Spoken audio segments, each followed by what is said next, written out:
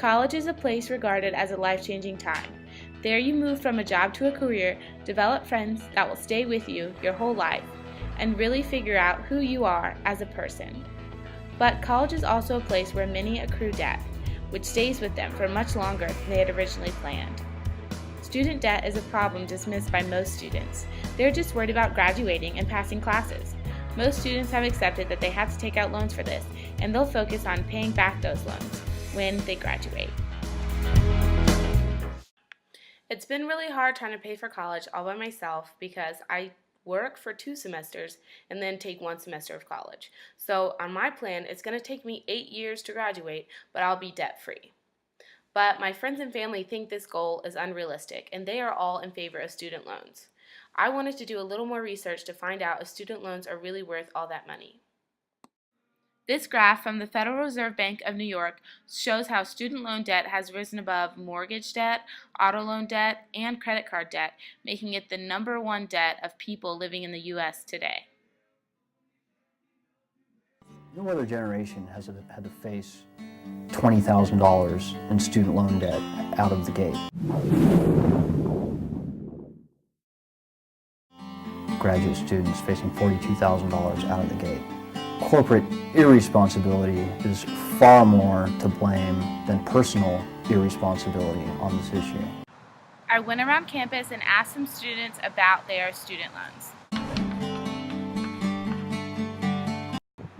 I've been going to school for 4 semesters and my student loan debt is $27,280. The interest rates are all different because they're all different types of loans, but yeah, it's a lot of money. I am taking out student loans. I am currently a junior and I have no idea my interest rate, but I am the one that's going to have to pay them back, and I think I'll probably have about $40,000 worth. I am a junior and I'm going to have $15,000 in student loans when I'm done.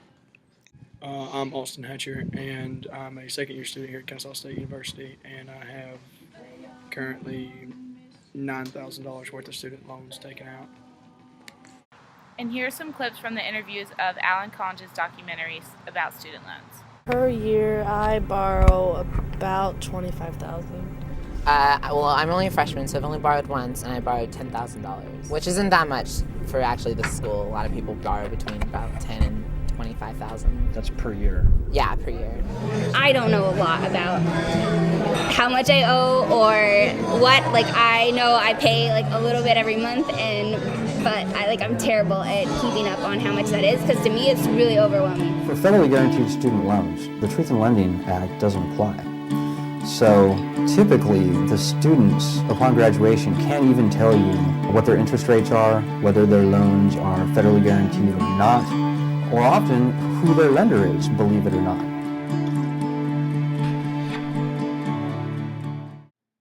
The Truth in Lending Act isn't the only thing banks don't have to tell you about your loan.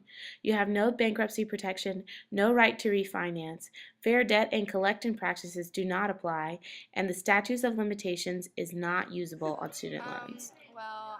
It makes me angry that we have to take out, all this money, because for a lot of people, it's the only way that we can get an education is, through taking out student loans. Because a lot of people don't have multiple thousands of dollars to just spend on school. But I feel like I'd feel a lot better about getting student loans if I had been more educated about, the ins and outs of it beforehand. That way I wouldn't be tricked in it and stuff. I think it is stupid to be in debt to make money. As a parent of 2 college students, I have elected not to co-sign on college student loans because of the uncertainty of incurring additional debt in the event my children don't pay off the loan, and I didn't want to risk that. Because of all the downsides of student loans and the information available on the internet, some economists believe you should forego college altogether.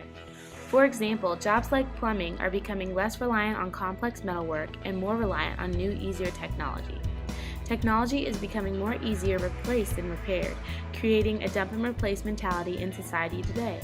This leads economists to endorse options like vocational school and internships, but what if the career you are interested in requires a college degree?